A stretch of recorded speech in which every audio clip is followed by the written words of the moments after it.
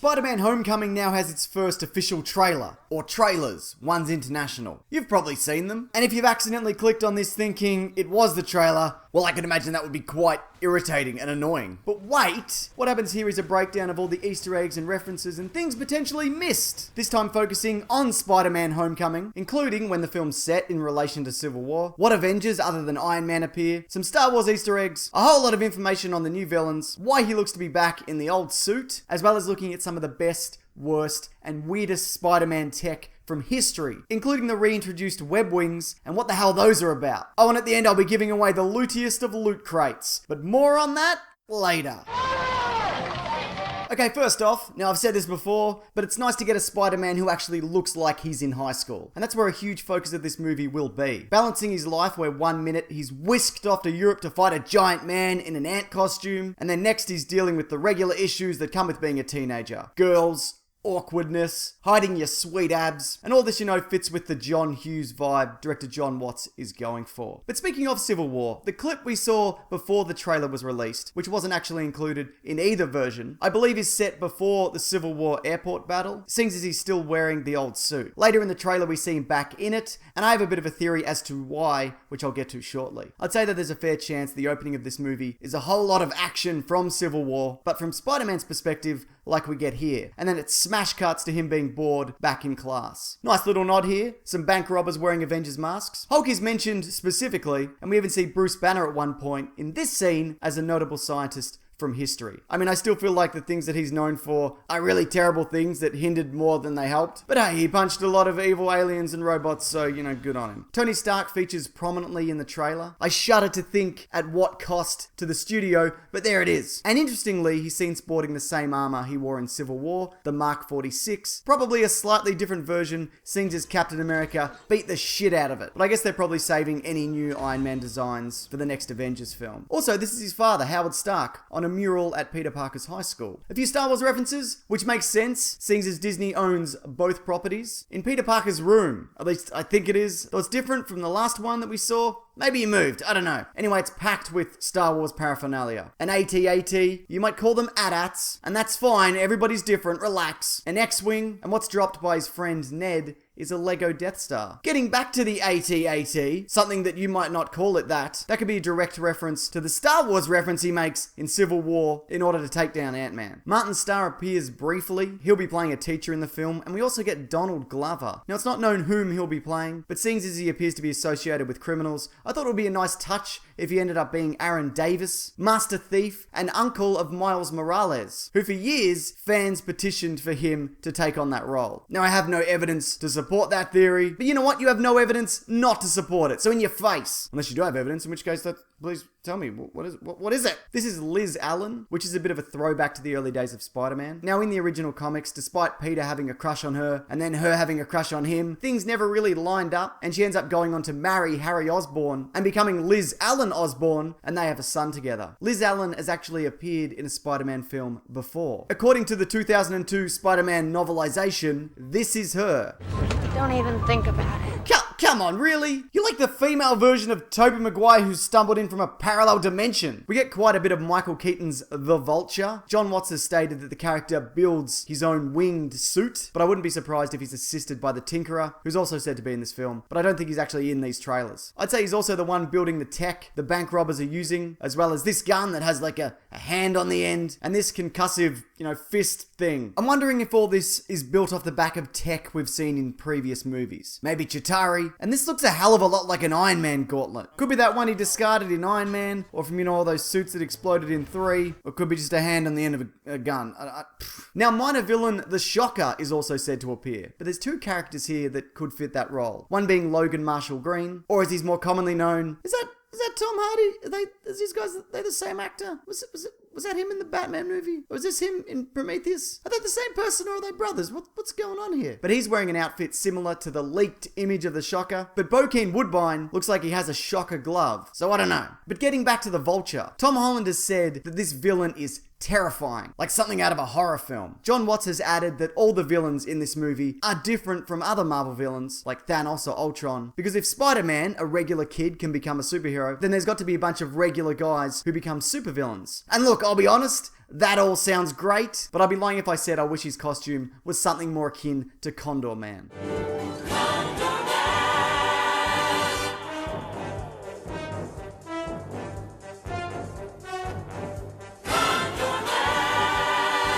Alright, Spider-Man himself. Now we see two costumes in these trailers. The Tony Stark built one from Civil War, and what presumably is his original costume, which we also saw briefly in Civil War. Now if he's wearing that costume, then it must mean that either some of this is set before Civil War, or he's forced to go back to it. Maybe it's because Tony Stark isn't happy with his actions, or he's trying to protect him, so he takes it away, or remotely shuts it down by disabling the web shooters and closing the eyes. I don't know. But it appears he's going to be fighting the Vulture without the help of his web wings, and all the other cool stuff that the suit does. And I think now's as good a time as any to talk about some of the stuff that a Spider-Man suit can do, or some of the other crap that he's got lying around. Okay, web shooters. Pretty self-explanatory, but there's a bunch of stuff the webs can do that we haven't really seen in the movies. Mostly, they've been used to hold on to something heavy while Spider-Man makes this face. But because a single strand is said to be stronger than piano wire, it's also capable of making little tornadoes, a shield, a parachute, a net, a finish line for a car, skis, a raft, a club for bludgeoning foes, a ball that would probably be, real weird to touch, and a sticky glue. He also has webbing with slightly different abilities for tackling specific threats, including an acidic version, a taser, and magnetized for interfering with radio signals and the like. Of course, after the first Spider-Man movie in 2002, Spider-Man moved to organic web shooters in the comics by turning into a giant spider and then giving birth to himself. If you want a logical explanation of that, just know that there isn't one, and don't bother looking because it's a waste of time. The mechanical web shooters are loaded with cartridges that are packed with liquid webbing, a whole lot of which he keeps on his belt, which this version of Spider-Man has, probably to keep up his, his spider pants. Something which I'd love to see in the movies is him running out of webbing. That hasn't really been touched upon in the films, but I think it adds like a different element to a fight if one of the key things that makes Spider-Man Spider-Man is removed. Also in his belt are little spider tracers for tracking enemies that emit a frequency that allows his spider sense to pick up on. He also uses cryo cubes for freezing his enemies without killing them, but having them frozen does make them real easy to kill, which is, handy. Also, traditionally, he has a spider signal, which is used to see in the dark, or as a UV light at a crime scene. And sometimes, it's just to spook criminals. But you know what's scarier than a light? Being punched by a man who can press 10 ton. This new version, though, it seems a little different, like it has some kind of graphical interface, so I'd imagine it does something more than just, be a light. The Spider-Mobile is a car that Spider-Man has for some reason, and by for some reason I mean because Stan Lee was told by a toy company that selling toy cars was a very lucrative business. Jerry Conway, who was writing Spider-Man at the time, thought it was dumb for all the reasons you're now thinking of off the top of your head, presumably revolving around why a guy would need a car when he can swing between buildings above traffic. The answer, of course, is he doesn't. But that being said, they kind of made it work eventually by having it being able to drive up walls. I think that the best use of it is in Old Man Logan, where Hawkeye and Wolverine take an across-the-country trip to do the thing that book is about, which is, mostly murder. Another form of transportation is the Spider Glider, which is pretty much the Goblin Glider, but, it's spider-shaped. And it was kind of one of those, one-and-done things that was abandoned pretty quickly. Spider-bots, though, they're interesting. When Dr. Octopus was in Peter Parker's body, he used them to surveil the entire city. That way he could prevent potential threats and could identify anybody villainous of note. They can also do a bunch of, neat little stuff, like form a protective barrier if need be. The thing is, though, like all tech, they can be hacked. And that's exactly what happened. Norman Osborn made it so that they wouldn't recognize anyone wearing a goblin costume, allowing him to run amok. So, obviously that means this kid would be safe. From the spider robots, that is, not his school bullies. Lastly, web wings. Now, traditionally they are purely cosmetic. They do nothing. It's just like a design choice to look cool. And boy, do they.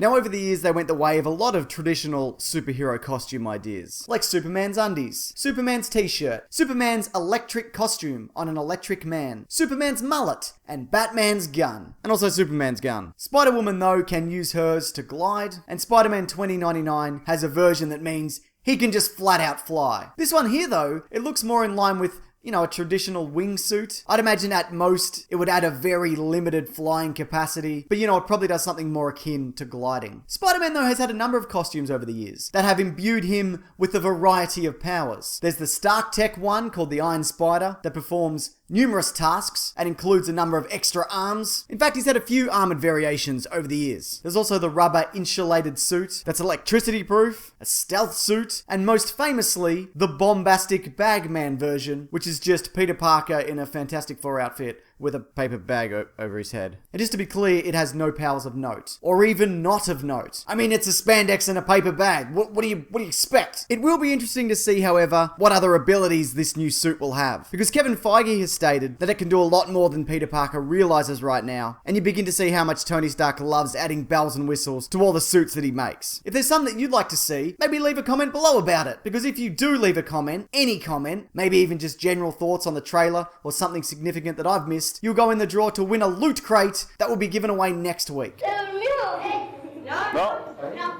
Also, because YouTube is being weird apparently with its new algorithm, leaving a like on this video also helps. Now, I hate saying that, but also I hate not having money and dying hungry in a ditch. So, you gotta weigh up your options. I'm not above begging for likes. I'm not a proud man. Oh, and here's the winner of last week's crate. If you are that person, just private message me these details on my channel, and I'll sort it all out. Also, this Monday on my podcast, The Weekly Planet, which is linked below, we're talking this trailer in detail, as well as all the other big movie and comic and TV show news. And this Sunday is the final episode in our Star Wars Caravan of Garbage series, where without spoiling anything, we'll be playing a bunch of Star Wars video games with a very specific Rogue One related goal in mind. So bloody swing back around Spider-Man style if you want to get involved in that. Maybe you can turn on notifications. It's next to the subscribe button. It's a little thing. You'll find it. But thanks for watching this though. I appreciate it. Take care.